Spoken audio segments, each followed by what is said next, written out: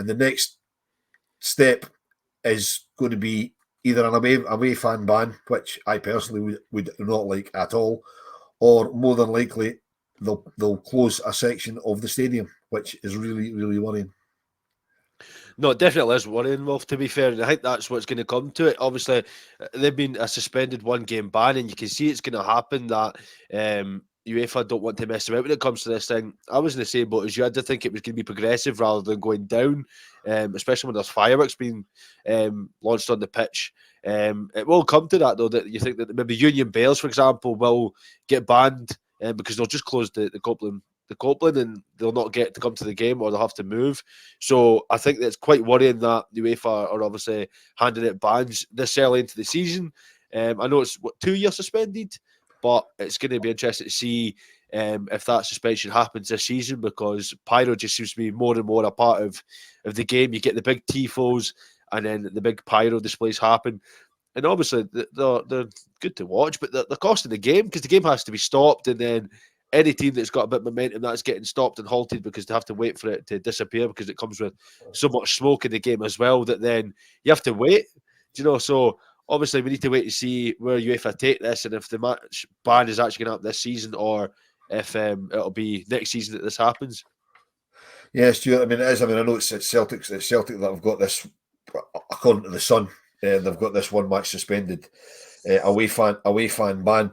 I mean, that in itself is a bad enough threat, but I think it is only a matter of time before UEFA really clamp down on it, because they really don't like the pyrotechnics. I mean, it's a money-making scheme for them. They find clubs for everything these days, But I mean, they have done for a couple of clubs in Europe already, a couple of high-profile clubs. They've closed sections in the ground, and they demand which sections to close. It's happened to us before. It happened to us a few years ago. We had to close a section of the ground, but in that situation, we got to choose, and it was part of the Broom Loan we closed, if I remember rightly. I think the way UEFA have done it with a couple of European clubs, they've said, right, your ultra section is getting closed. So it wouldn't be beyond the realms of fantasy to, expect UEFA, if this carries on, to say Union Bear section, just close it. We also run into the scenario where if part of the stadium needs to be closed and it's the result of pyrotechnics, if you close another part of the stadium that wasn't responsible for those pyrotechnics, how do you appease those fans? How do you say to them, but you're not getting in, but actually the area that has caused this issue is still open? So at the Lyon game, it kind of begged belief for me. I mean, Alex kind of touched on a point where it interrupted the flow of the game. And actually, that's been a couple of times where our fans have interrupted the flow of the game. And actually, when you look back at it, it's actually been times where the team's been in ascendancy. I'm not entirely convinced that if you spoke to any one of the players on the park, that they appreciated that break and play. I think at that point, the only team that appreciated the break and play was Lyon. So at the game, I'm kind of scratching my head as to, well, why have we done that? What was the purpose of doing that? I mean, maybe we want it to look good or whatever, maybe it's photos or, whatever that may well be. But from we're here to support the team, I didn't understand it. It was the first time I've really seen Ibrox.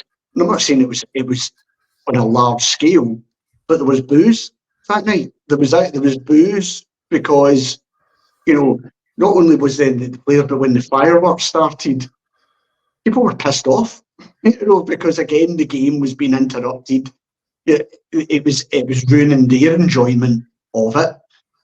I would like, and I don't know who was responsible for it. So it comes from an area, and the Union Bears are going to get the focus of it. So if it was the Union Bears, then I'd like somebody from the Union Bears to front up about it and maybe give an explanation as to what they thought that was going to achieve, and what their plan was for it. At the end of the day, okay, you might be looking at €17,000 and 13. It still costs the club money, and I cannot for the life of me get my head round, regardless of what the fine is, why you would deliberately be doing something when you know then that there is going to be consequences for that. So if it's a case of saying, well, it makes us look good, stuff the club, again, I don't then see how that correlates with asking the club then to do a lot of things for you. So if it was the Union Bears that did that, again, a caveat, I don't know if it was, but it was in that area, then let's be honest, they've demanded quite a lot from the club in recent seasons. They have then been given what they've always wanted, and already this season are now racking up fines potentially because of their actions. I just don't get the logic of it. Yes, it might look quite nice and whatever else, but you're always then going to get some other people who will say, well, I couldn't really care about it. You know, you've got smoke, you've then got delays to the game. So it's not pleasing everybody. Whereas when they do their tifos and whatever else, I think you've then got the vast majority of that crowd really appreciating the work, etc., that goes into it. It just confuses me. Well, in all honesty, I can't get my head around what the logic is, because it's only ending one way. UEFA are never going to say, oh, well, it looked nice, so we'll forget about the fine. They're going to just hit the fine. And like you say, it's now going to come where they'll then start doing stadium bans and whatever else. So I don't know. I don't really understand what the long-term plan is with this. Do I see it stopping? Probably not. I think it will continue until it gets to a point where, like you say, if they're banned, well, what happens? What happens then? I don't think they would take that well. So I honestly don't know what the answer is, but I can't see how the current route that we're taking is actually helping anyone. It doesn't help them. It doesn't help fans' opinion of them, and it certainly isn't helping the club. Yeah, I mean, Alex, I think Stuart's spot on. I mean, as soon as there's Pyro, we know it's going to be a fine of some description. So, I mean, quite easy way to stop that is just not to do it. You know what I mean? And yeah, it probably does look good and all the rest of it. And the point I had up there before Ian started blowing smoke up Stuart's arse, which he seems to like to do quite a lot. We're the posh guys. We're the posh guys, Wilf. So that's he's got the posh accents. That's it. You've got the posh accents. We've got to stick together. That's right. Yeah. Robert really needs to have a word with his dad. Tell him to stop that. But yeah, I mean, the point that Paul made. There's smoking grounds all over Europe, and it doesn't get games stopped. I think on the Lyon game, the referee stopped it when the fireworks began. I don't think he really stopped it for the smoke, because they are potentially quite dangerous. And Stuart's 100% right. The momentum, I mentioned it in the group chat earlier on when we were discussing it. That's where you got it from. We were in the ascendancy. If you think back to, I think 2 or 3 seasons ago, they had a tennis ball protest at the start of the second half against Dundee. And it stopped the game as we were attacking, and then they restarted the game and Dundee scored. You know what I mean? That's the sort of thing. They're breaking up the momentum. And I'm not saying we would have beat Lyon if the referee hadn't stopped the game. There's absolutely no evidence of that. But we were definitely in the ascendancy at the time. And the referee's well. And as soon as the referee stops the game, we're getting hammered, because it's got to be in his report. It's got to be in the UEFA Observer's report, because they can't say, well, we missed what happened because he stopped the game. So, I mean, I don't know, but as Stuart says, there is absolutely no evidence it was the Union Bears that were responsible, but it did come from their area, and it always comes from their area. So, if you excuse the pun, Alex, there's no smoke without fire. No, definitely, and it always does come from their area. But the issue that Ian made a good point was, if you start banning the stadium, parts of the stadium, you're banning sections that isn't Union Bears, do they get in and get to do it again from that area, like the Pyro again? But as I said, UEFA want to hand out fines for anything. You could be a couple of minutes late to kick off, and that's a fine.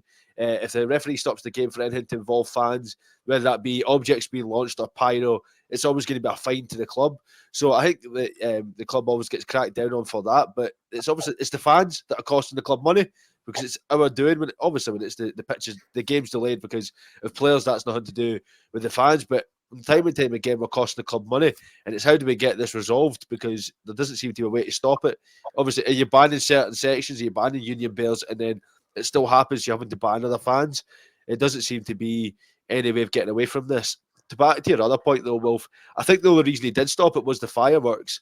But sometimes when the smoke's too much and they can't see, the referee can't see, then he has to think about the player's safety, and then the game gets stopped for that reason as well. Yeah, I mean, the referee has to be able to see both ends of the park. That's why if it's a bit foggy, they'll say, well, we can't do this, because he needs to be able to stand on the centre circle and go, right, I can see both goalmouths, which is the same with smoke. If the place is full of smoke, that's why they'll sometimes delay kickoffs if there's loads and loads of pyro, at the start of the half or whatever, because they don't care if we in the stands can't see. If the man arbitrating the game can't see, then he's going to make wrong decisions, and they're going to have to stop it.